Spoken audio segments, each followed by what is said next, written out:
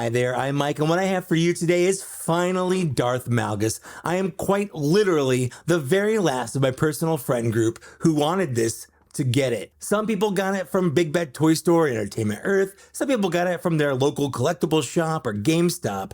For me, my friend Amir at Toy Snowman is always on the lookout.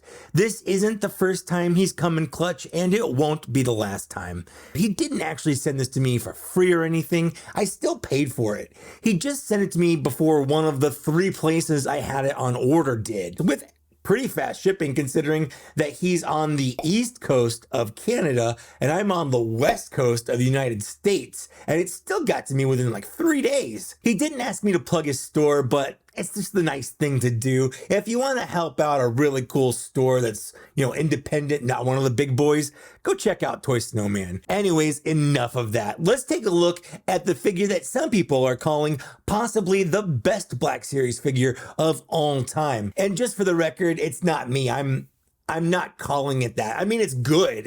It's really good, but I have some issues. I have some notes.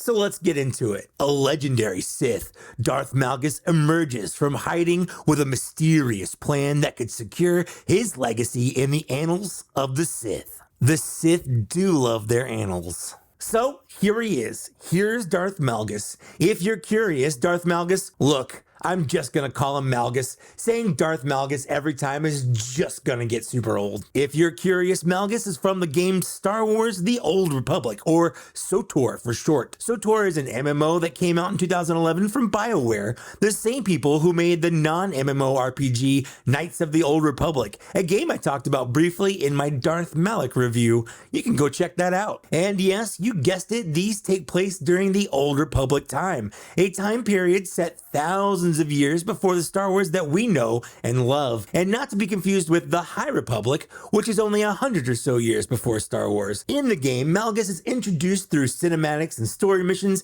as the big bad guy for the game. He's woven through all the storylines for most, if not all, of the different classes. It's a really good story, and honestly, it's free to play. I recommend giving it a try. I mean, I played it for years. I don't anymore, but I did. But if you don't want to play the game but still want to see something with Malgus in it, check out the 3 opening cinematics BioWare made for the game. I'm not exaggerating when I tell you it's some of the most over-the-top, condensed, fangasmy Star Wars to ever Star Wars. This version of Malgus is taken from the Deceived trailer, and it's also how you see him in the actual game. It's mainly because of the face mask, which he has to wear after suffering injuries during the Battle of Alderaan while fighting Satele Shan and Havoc Squad leader Jace Malcolm. So, that's enough of the character. Let's talk about the toy already, right? As far as looks go, Malgus looks like what would happen if Darth Vader and an Inquisitor went back in time and had a sexy Sith baby and then pumped him full of human growth hormones.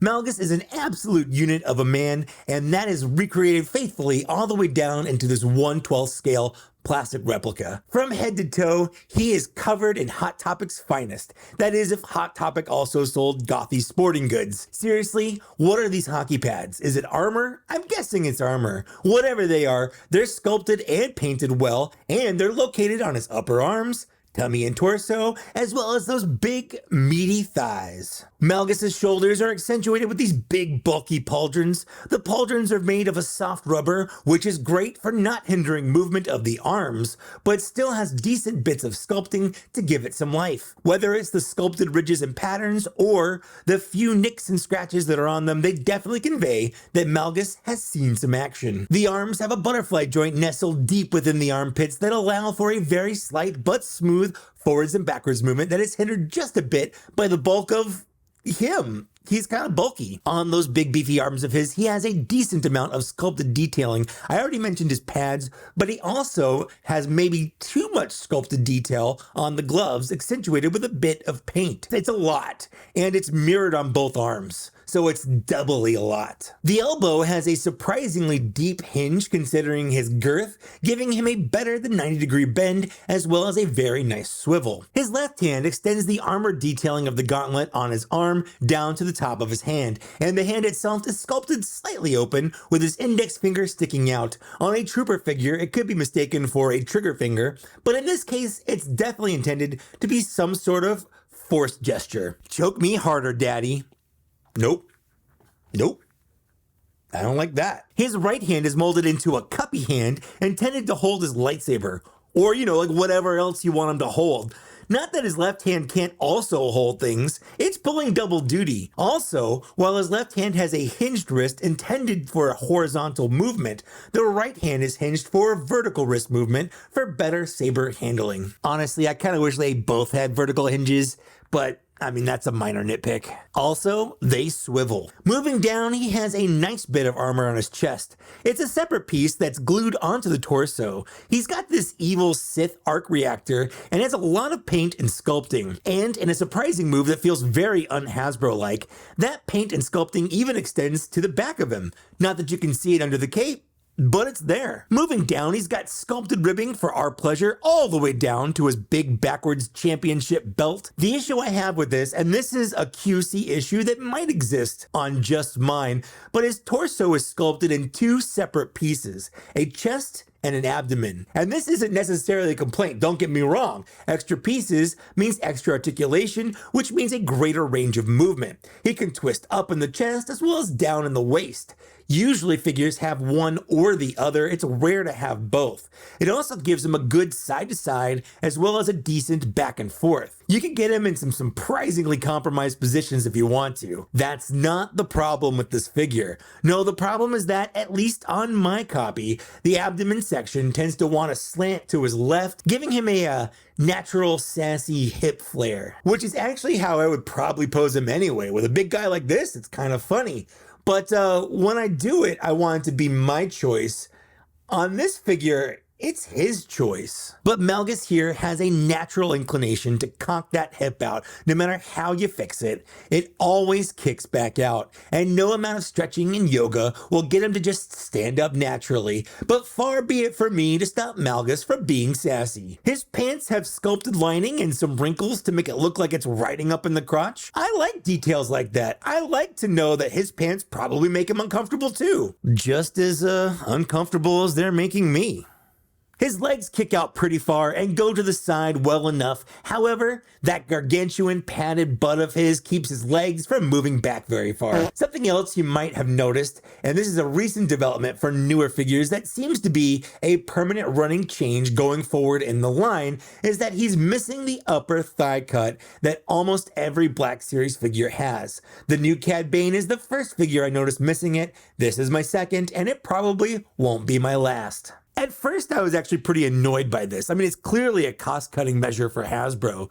Having fewer parts means that it's cheaper to make. As true as that is, I don't think I'll necessarily miss it as a point of articulation. The hips have enough play in them, and there's no pose I really want to do that I can't anymore because of this missing joint. It also means I don't have to worry about breaking the look of the sculpt by rotating the thigh cut. As it turns out, fewer joints can actually make posing a bit easier. Case in point, his abdomen. I would be having this weird sassy issue if he didn't have this extra joint on his waist. More joints make posing more complicated and makes finding that perfect pose just take a smidge longer. So on the end of this thought train, I think I'm debarking on I'll miss it because I had it and I don't have it anymore, but I don't think that it will affect my enjoyment of the figure in a negative way, which is really the best case scenario. Moving down to his knees, he has some sculpted knee pads that are not glued onto the leg, but they also aren't floating. And what I mean by that is that they stay on the top of the knee,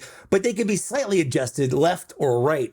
I wish they floated so that you can cover the knee when they're bent so you don't get these unsightly joints. The knees themselves are single jointed with a hinge and swivel like most new figures are now, although the left knee on mine tends to be a little harder to bend, and I feel like it could break if I'm not careful about posing it. When he's standing in a neutral pose, the knee pads extend their sculpt down to his big old Sith boots. There's a lot of paint and sculpting here, a mixture of the same style of armor that he has for his gauntlets with a dash of those puffy pads on the back for good measure. And all that leads down to his feet. We have our standard ankle hinge and rocker, giving him the ability to do some pretty wide stances, just like this. Another small point of contention, I absolutely had to hit his ankles with a little kiki. They were so loose, a slight breeze could knock him over. Now he's sturdy as a horse. And that brings me to the parts of Malgus that I have skipped over until now. His most notable features: his hood, his cape, and that big old bald head. Kindred spirit. So both the hood and the cape are one piece. Well, actually, they're two pieces that are sewn together. Yes, I will actually myself. They're made of a light black fabric, pretty standard for soft goods on the Black Series. The cape drapes back freely, coming to just above the ground when he's standing straight up. It's just about the width of his body if you count his arms. The hood is probably one of the best soft goods hoods that we've ever had in the line, and that is because Hasbro cheated a little bit. But I'm not complaining. Part of what makes it so good is because of the sewing in the back of the hood, where the hood meets the cape. It's very well done, but also because the part where the hood droops down onto his chest is actually glued in place. And this makes the hood retain its shape and give the appearance of the weight of the material draped over his head, which is often a big problem with hoods at a 1/12 scale. The hood can also be pushed back onto his head, exposing that bald dome. It takes a little bit of playing with, but you can absolutely get it to lay down kind of flat. Not super flat, but flat enough for me anyways. The point is that he looks good, hood up or down. The face, however, is probably the star of the show here. He has pasty white skin with a lot of sculpting around his eyes and forehead, so you can really feel that hatred coming from his eyes. It's very reminiscent of Darth Vader without his mask on. The mask itself takes up the majority of his face.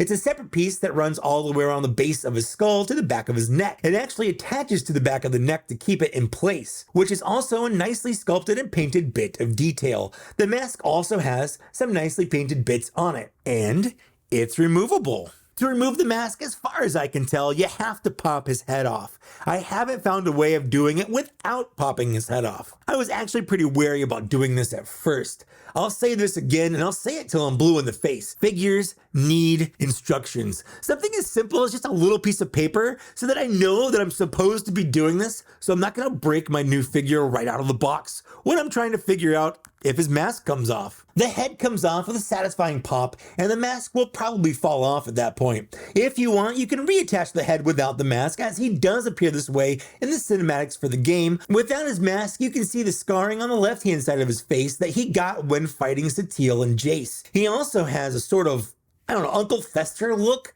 doesn't he? Right? It's not just me, right? Please tell me you can see it too. His face mask is the first accessory we talked about, but it's not the last. No, the last is his lightsaber, because that's all he comes with. And Big Boy Malgus comes with a big boy saber. Malgus's lightsaber is about a fourth longer than Vader's and about 2/3 the length of an Inquisitor's double-bladed lightsaber. It's long, but it's not just the length, it's the girth. The hilt is molded in gray plastic with some paint on the handle and on the little axe blades that come off the emitter. The blade itself is thick and colored with a deep red. It is, of course, removable just like almost any other lightsaber, which is weird because unlike most other lightsabers, there's absolutely no way of storing this lightsaber anywhere on or in Malgus. There's no holster like on Malak, there's no peg, there's no slot.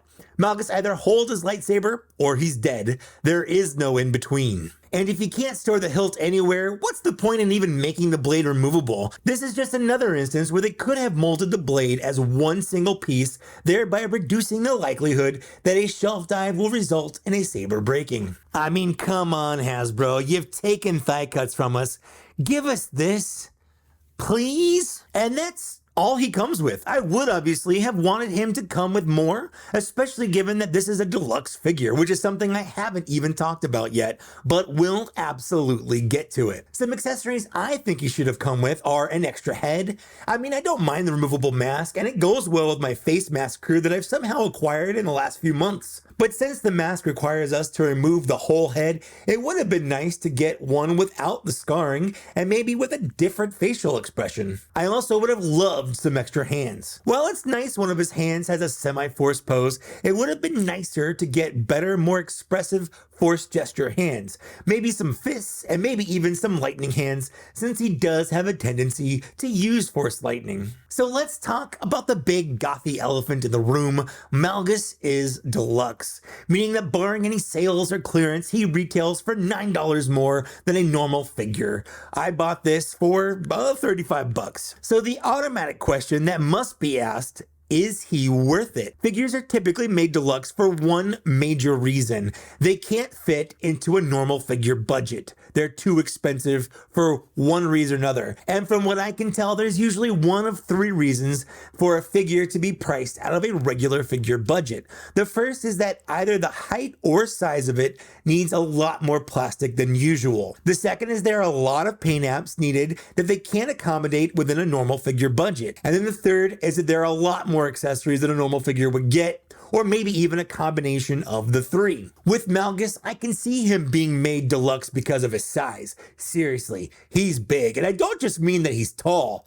I mean he's big. Like, yes, he is tall, but there's just a lot of volume here. He towers over regular deluxe size figures like a Stormtrooper. He's even taller than other tall deluxe figures like Ned B, Wrecker, and Zeb. The only figures I have in my collection that are taller than he is are Chewbacca, K2 security droids, and the Wampa. And I guess a probe droid, I'm not counting that because like he's floating off the ground. That does not count. And while he doesn't have a lot of paint apps like Tython Fed, Cobb Vanth, or the Endor Rebel Trooper, he actually does have a surprising amount of paint on him that's spread out all over the wide canvas that is his body, although he could do with a nice wash. The only thing that's really letting him down are accessories. Unlike Nayland Cheel and the Return of the Jedi Boba Fett, who came with a lot of extra stuff to justify their deluxe price point. I think he actually falls into a category closer to Saw Gerrera, where he may just be a little too unique. There's obviously a lot of plastic used in both cases,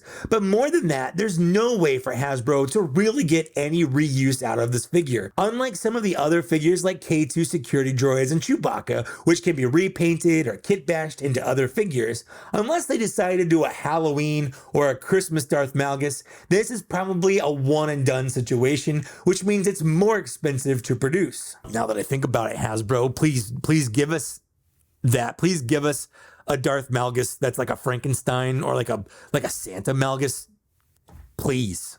I'd buy it. So in the end, I must ask myself, am I happy with Malgus?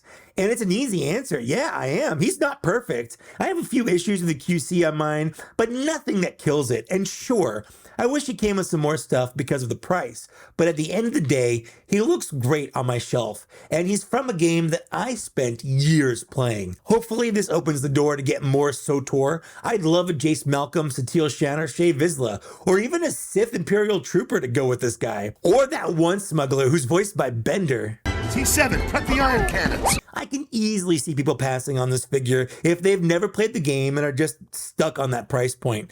But I think that getting a big beefy Sith boy is worth a few extra dollars for anyone's shelf. I'm going to give him a 4.25 out of 5. He's definitely going to be in my top 10 figure list of 2023. He might even be at the top. But the best Black Series figure of all time?